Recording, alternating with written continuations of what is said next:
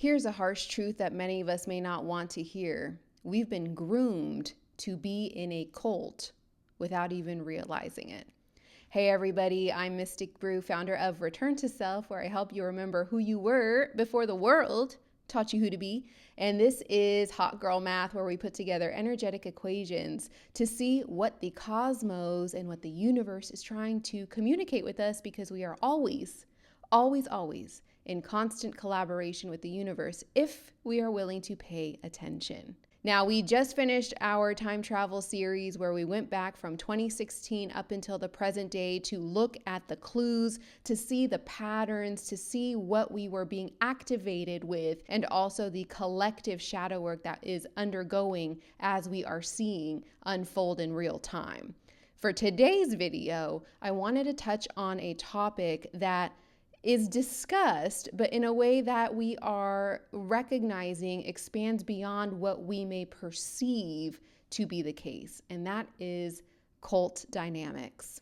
When we think of cult dynamics, we usually go straight to a specific group of people, a specific type of organization, a specific lifestyle. But what I want to talk about is the fact that this isn't about a specific thing. It is the energy that allows itself to be embodied in many different people, places, and things. And the fact that we have been unconsciously groomed and trained to accept this type of dynamic as a regular, healthy experience when it's not.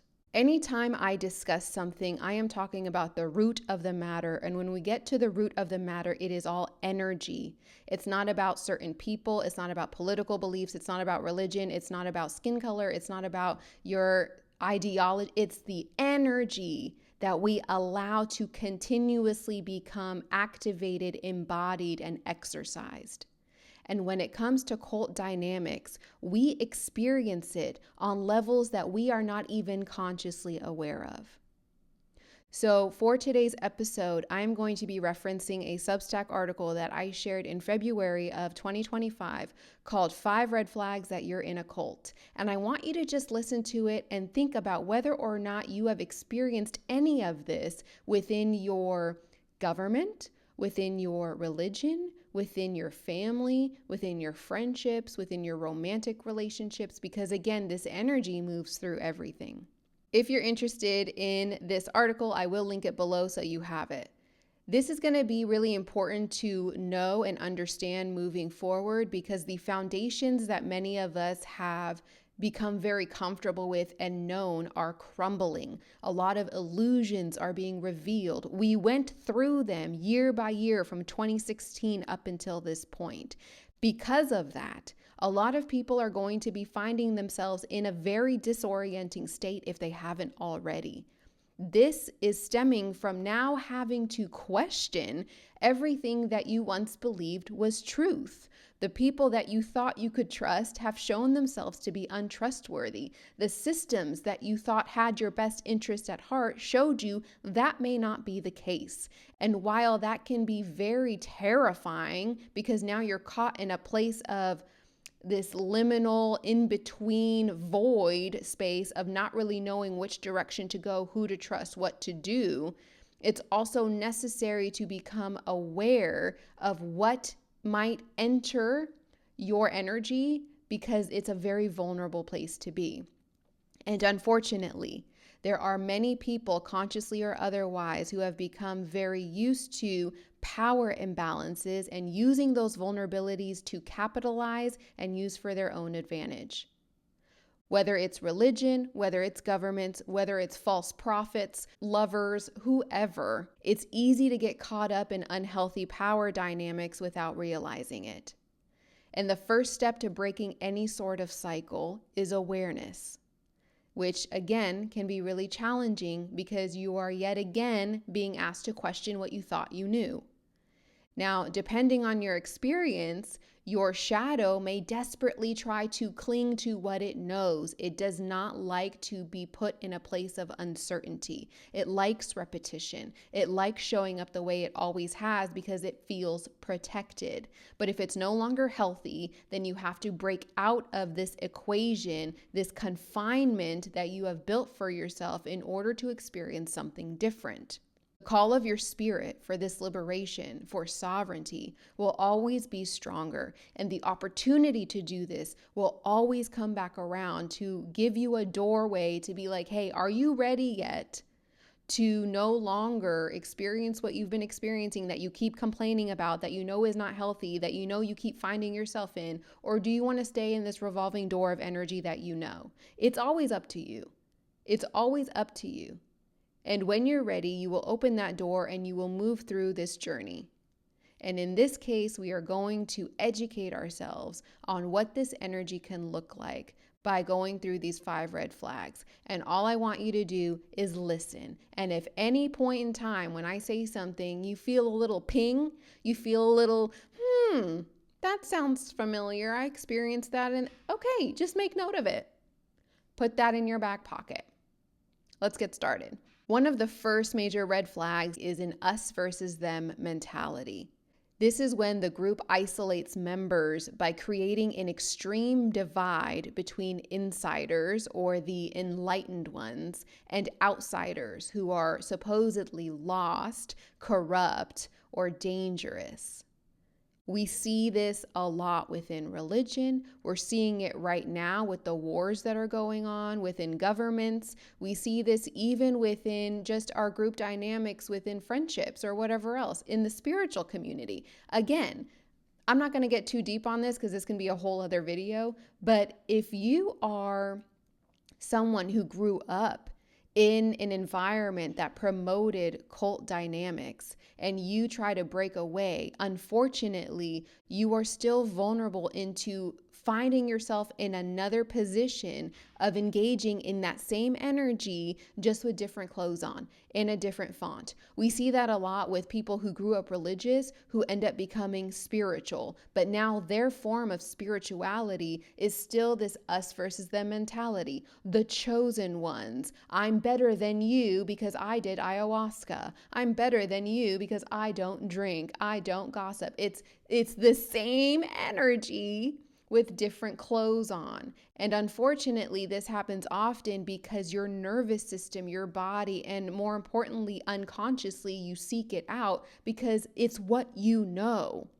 Whether it's healthy or not, we unconsciously seek the things that we know because it gives us a perceived sense of safety and control. We know how to show up. And the world right now is rampant with this energy, which is why it's important to make sure that you can clock it so you don't find yourself unconsciously in these dynamics. Something else that's a red flag is leader worship. The leader is seen as infallible and is given excessive admiration, often beyond logic or reason. Their word is final, and questioning them is discouraged or punished.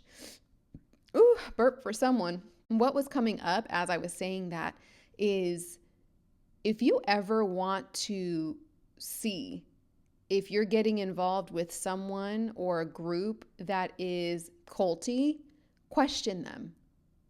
Just question them. Question something that they share. Question their beliefs. Question and see how they respond. If it is almost punishable that you dare to criticize, that you dare to question, that's a red flag, friend. A healthy relationship invites room for curiosity. It invites room for conversation. It invites room to be challenged. If that is not allowed, then you are not allowed to be a free thinker in this dynamic. And if that's the case, then your freedoms are already being taken from you. Another red flag, control over your personal life. The group dictates major aspects of your life, including relationships, finances, career, or even your thoughts and emotions, often under the guise of spiritual growth or purification. It is this idea that something or someone else knows better than you and directs you. And again, unfortunately, this is why people who have escaped a culty dynamic in the past will find themselves in it again, because you know what it's like to be directed. You don't know what it's like to direct yourself. It's crucial to know the difference. And it's also helpful to ask yourself, why am I so ready to believe that someone else knows what's best for me? They don't even know me. It's one thing to take advice from someone who you may admire or who you might feel has more experience in something than you do. But even then, even when you do that, see how it feels in your body. Your body will always tell you. When someone gives you guidance or when someone tells you something that is asking you to go against what you feel is best for you, listen to that. That's not just some imaginative thing. That's not you just being rebellious. That's your intuitive, energetic system, your alarm bell saying, hey, wait a second. What is that about? Is that really true for you? Is that really how you feel? Are you sure? Are you sure that's what you want to do? That's the part about sovereignty, liberation, and freedom that a lot of people don't want to acknowledge and accept. It requires a level of responsibility that a lot of people do not want to hold. It is your choice. It is the consequences of your decisions.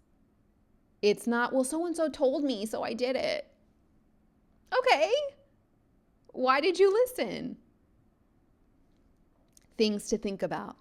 Another red flag is fear-based obedience. Members are controlled through fear, whether it's fear of punishment, damnation, exile, or losing their higher purpose if they leave or disobey. I will tell you from my own experience, I was raised Catholic. If anyone knows about Catholicism, it is like shame, shame, shame, guilt, fear. Like that is the trifecta. It is fear, guilt, and shame. And that is how they seemingly try to get you in line. It is the threat of eternal damnation. It is the threat of having to not experience the paradise of heaven if you do this, and if you don't atone, and if you don't do that. It's so much restriction and rigidity and this feeling of worthlessness that you now have to earn and prove yourself in some way.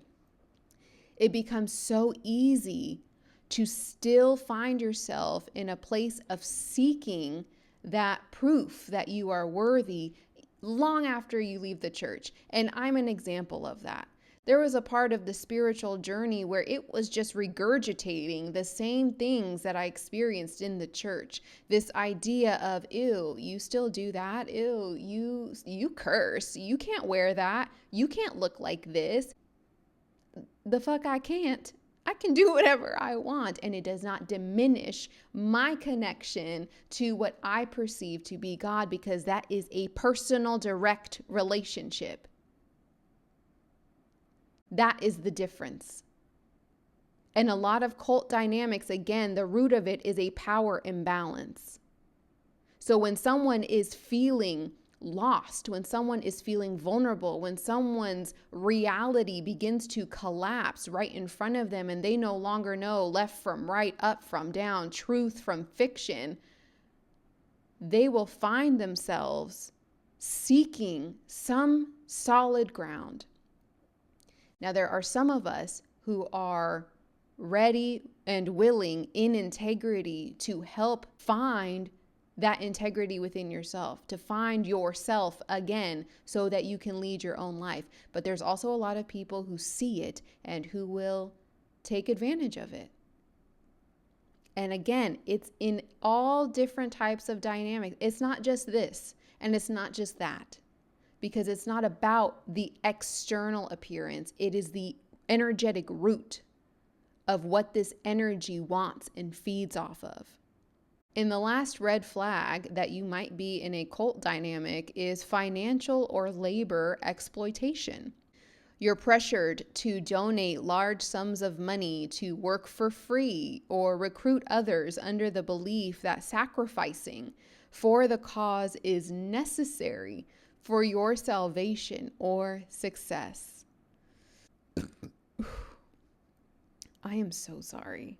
The burps are coming out. There is a lot of releasing happening right now, which makes sense because astrologically, Pluto, which we've talked about, is currently retrograde in Aquarius, which means Pluto, the planet of death and rebirth, deep transformation, power, control, manipulation, the shadow, is in a space of reflection, refinement, reevaluation under the energy of Aquarius, which is all about the collective, the social justice, but also this God complex. That's one of Aquarius's shadow, is this God complex. So actually, this is very timely. No wonder I was guided to talk about this. There is an element of this energy that we are seeing in so many different spaces. But when we limit ourselves to thinking that it's only going to look like one thing, it's only going to come up in this one place, it's only going to be the guru in this white robe who takes advantage of these lost people, or it's only going to be in the church with this priest who talks about all the reasons I should hate myself and what I have to do to get back in God's good graces, or it only has to do in the government when they tell us that, oh, these people are horrible, it's okay to kill them because they don't matter. It's in all of it because it's in energy, and that energy attaches to hosts, people who then embody and take action to pursue whatever agenda this energy wants to experience. That is where I'm coming from, and that is what I'm trying to help you see so that your discernment can clock it instead of just trying to hold on to labels. Because the truth is, someone that may seem like they would be that way may not at all. They may walk in integrity, while the person that comes across as just fantastic, charming, very friendly, kind, they may be the biggest cult leader you have ever met, operating with a false mask, luring you in. That's why it's important to know how to read energy. So say I mentioned those 5 red flags, and there were a couple of those that you were like, oh shit, okay, well, that rings a bell. And to be honest, anyone who grew up in this country, I think you've experienced at least a few. We're literally watching it happen and unfold. Here's 7 tips on what to do next. The first is give yourself grace. Acknowledging the influence of this type of energy can trigger a lot of guilt, a lot of shame, or even confusion. Be kind to yourself. Manipulation is designed to be hard to recognize from the inside. You didn't do anything wrong. You were taken advantage of. And it's not your fault for being drawn in. Usually you were in a space where you needed guidance, you needed support, you needed something to believe in, something to help you find meaning, direction, whatever that might be. And unfortunately, you found it in a place that took advantage and abused your willingness to be led. The second is to seek support outside of the group. Reconnect with trusted family or friends who were not part of the group. If you're worried about judgment, look for support networks of former cult members, therapists, or online communities that understand cult recovery. Educate yourself. Learn about cult tactics, coercion, gaslighting, undue influence, and that can help help make sense of your experience, as well as break any lingering mental hold that the group and that dynamic may have on you. Whether it's books, documentaries, or even just survivor stories can be really eye-opening. And in my Substack, which is linked below in the description, I share some resources if you're interested. Consider therapy. A therapist who understands high control groups can help you process your experience, rebuild your identity, and heal any trauma. Just avoid therapists who dismiss cult dynamics as just a bad experience. Because again, therapists are people too. We are all people and we all have our flaws. We all have our blind spots. We all have our shadows. It's going to be important that you find someone who has integrated that wisdom and who isn't still operating in that area of not being able to fully comprehend what this energetic dynamic is and how it can affect you. Take back your autonomy. Cults strip members of personal agency. That's part of the whole spiel. It is taking that identity from you and merging it into the form of identity they want you to be so that now you become part of them. You feed their energy. Rebuilding your independence, meaning making your own choices, setting personal goals, and rediscovering your own hobbies outside of what you were taught or expected or managed to be, can be a really powerful part of recovery. Be mindful of your emotional triggers.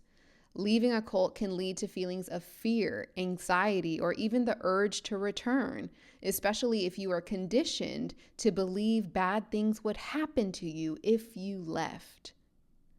Recognizing these triggers and working through them can help you regain control. And again, I want you to really pay attention to this and understand that this is not just in groups. This can happen in one-to-one relationships. If someone plants fear in you, if you leave, bad things will happen. That is manipulation. That is a control tactic. That is planting fear in you so that you stay against your will. That is not healthy. And lastly, be patient with the healing process. Leaving a cult is a major life shift. Healing isn't instant, and some days will be harder than others. You may allow yourself to think about the good times, the good things, find yourself rationalizing it so that you could go back to it because, again, there is a level of predictability and comfort in knowing that energy.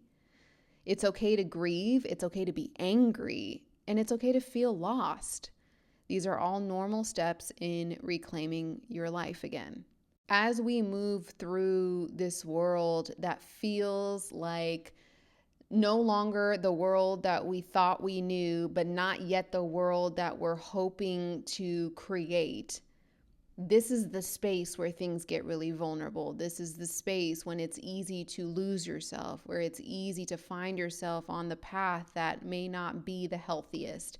And again, everyone's journey is their own. This is just opportunities to show you where you are still carrying fear, guilt, shame, and what you cling to in those moments. And it's not to judge yourself. These are all survival mechanisms.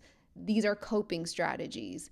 But it's important to understand what could happen or what you may be involved in unconsciously so that you can choose for yourself, so that you can make the decision. Maybe you're like, you know what, fuck it. I still want to be in this situation. It works for me. Great, do that. If you're consciously choosing it, you're consciously choosing it. But also remember, that is your choice. Everyone has the power to choose, so let people choose what it is that they want for themselves. My main concern, the reason why I do what I do, is so people are not unconsciously choosing their life, because that's not choosing at all. You're not even really here. You're not even aware of what you're doing. You're not really aware of who you're choosing, what you're doing. You're just kind of going with the motions. And then one day you wake up and your life is not your life. I want you to live your life. So before we close out for the day, I did pull an activation card and I asked, what are these cult dynamics teaching us? What are they trying to activate in us? And we got, interestingly enough, magic. The number 31. The frequency of magic supports our intrinsic ability to grow and expand beyond this moment to move toward possibilities and expressions that are as grand and profound as we can imagine. All that is required is our belief in their manifestation. And what came through as I was reading that is there is a level of magic that's being practiced in these dynamics. It's a level of magic that shows you the power of belief. Again, a master is not a master without a slave, and a slave is not a slave without the master. We put ourselves in these different relationships, in these different dynamics that then create a belief on our identity, on who we are. But if you have the power to be a part of that equation, then what part of the equation are you playing? And are you playing the part of the equation that you actually want to play? That's what's important. Let's look at the guidebook. Sometimes we got to see the type of magic that's not good in order to remember that there's magic in all of us and that we can utilize it at our will, and not to do the same thing that was harming us in the first place, but to counteract that energy, to neutralize it with its opposite energy. Oftentimes, what we consider to be magic is simply that which we cannot explain within the parameters of our existing belief system or reality. If we haven't seen something before, or we were never taught that something could exist, then it might be magic if we clearly experience or observe it. Magic could be described as the explanation we give for something we perceive as real, even though science has not been able to prove or explain it yet, and our mind struggles to accept it. Throughout history, humans have had a profound fascination with magic and a deep fear of it as well. Magic holds seemingly unseen and unknown possibilities that can be of immense value, yet our lack of understanding and control makes us fearful of it. We assign great power to it, as described in countless fairy tales, myths, and legends in which magicians, sorcerers, witches, and wizards play significant roles. Perhaps our deep fascination with magic is our unconscious desire to alter our existing reality and expand beyond our current state to become a much grander expression of who we really are. Magic helps us believe that anything is possible, even the things that seem impossible or make no sense. Magic is another word for manifestation. What is clear is that magic requires a deep and unwavering intent and conviction on the part of the magician. An uncertain and questionable abracadabra will simply not do. Changing our reality starts with a deeply rooted belief that we can. When we are deeply connected to ourselves and to Source, our presence is without doubt. This solid connection is the secret power of all great sorcerers and wizards, who, based on their conviction, intention, and trust, are able to perform great magic. You've been giving your magic away to people, to organizations, to groups that had the audacity to believe. That's something to remember. There are people out here who have the audacity to believe in the most delusional things, that they can even convince you to believe in them when they have nothing to offer. Instead of pouring into an illusion, what happens if you put that back in yourself, if you put that belief in yourself? Then what will that magic do? I'll leave you with that. Thanks for watching, and I'll see you next week.